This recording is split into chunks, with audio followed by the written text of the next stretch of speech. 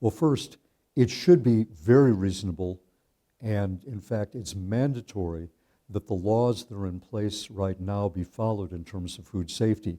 They're not antiquated, they've just been evaded. The relevant food safety statute was passed in 1958, and it was to regulate the introduction of any new additives to food that didn't have a safe history of use prior to 1958. The additives, the genetic constructs that are being added to genetically engineered agricultural organisms are under the purview of that law. That law requires that those additives be presumed unsafe until demonstrated safe. And the FDA scientists have stated that actually that law in terms of genetic engineering is scientifically sound. Essentially they told the FDA administrators what the law requires in the case of genetically engineered foods is also what science requires. These foods shouldn't be regarded as safe. They shouldn't be presumed safe. They do entail unique risks. Each one has to be tested. So as a matter of law and a matter of sound science, every one of these foods should have been demonstrated safe before they came to market.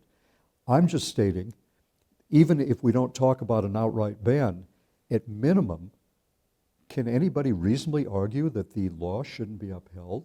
And that would mean that every food on the market should be withdrawn and it should go through formal food additive approval process. That's the law.